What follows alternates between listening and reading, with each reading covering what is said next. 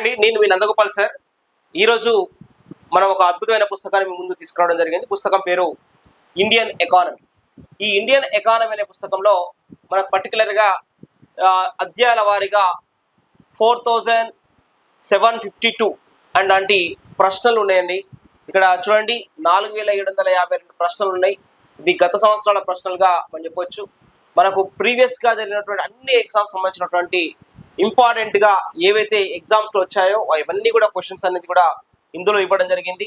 ఇందులో మానవ వనరులు, జనాభా గణాంకాలు, జనాభా సిద్ధాంతాలు, డెమోగ్రఫిక్ డివిడెండ్, అలాగే ఆవర్తన కార్మిక శక్తి సర్వే 2022-2023, వృత్తుల వారీగా జనాభా పంపిణీ, జనాభా విధానాలు, జాతీయ ఆదాయం మదింపు పద్ధతులు, ప్రాథమిక మరియు ద్వితీయ రంగాలు, వ్యవసాయం అనుబంధ రంగాలు, జాతీయ ఆదాయంలో వాటా, వ్యవసాయ విధానాలు, పంట నమూనా, హరిత విప్లవం, సాగునీటి పారుదల, అగ్రికల్చరల్ ఫైనాన్సింగ్ అండ్ మార్కెటింగ్, వ్యవసాయ ధరల విధానం, వ్యవసాయ సబ్సిడీలు, ఆహార భద్రత, వ్యవసాయ కూలీలు, వ్యవసాయ అనుబంధ రంగాల వృత్తి పనితీరు, వ్యవసాయ గణన 2015-16 భారత వ్యవసాయ గ్రామీణాభివృద్ధి బ్యాంకు, నాబార్డు గ్రామీణ ఆర్థిక సర్వే.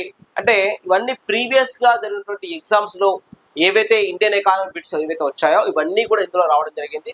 ఇది ఏపీఎస్సి గ్రూప్ 2కు సంబంధించి, Telangana public service commission group 2కు సంబంధించి చాలా ఇంపార్టెంట్గా ఉంటుంది. అలాగే Telangana public service commission group 2నే కాకుండా గ్రూప్ 3కి సంబంధించి కూడా చాలా ఇంపార్టెంట్గా ఉంటుంది. అలాగే వేరియస్ కాంపిటేటివ్ ఎగ్జామ్స్లో కూడా ఇండియన్ ఎకానమీ మీద ఎటువంటి ప్రశ్నలు వచ్చినా కూడా ఆ ప్రశ్నలకు యొక్క సరళిని అర్థం చేసుకోవడానికి, అలాగే గత ప్రశ్న పత్రాల నుంచి ఏవైనా కొన్ని క్వశ్చన్స్ రిపీట్ అయ్యేటువంటి అవకాశం, పునరావృతమయ్యే అవకాశం ఉంటుంది.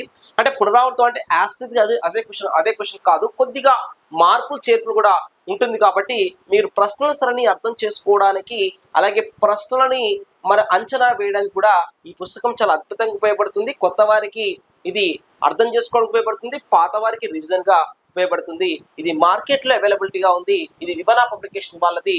ఇది యొక్క పుస్తకం మీరు తీసుకునే ప్రయత్నం చేయండి.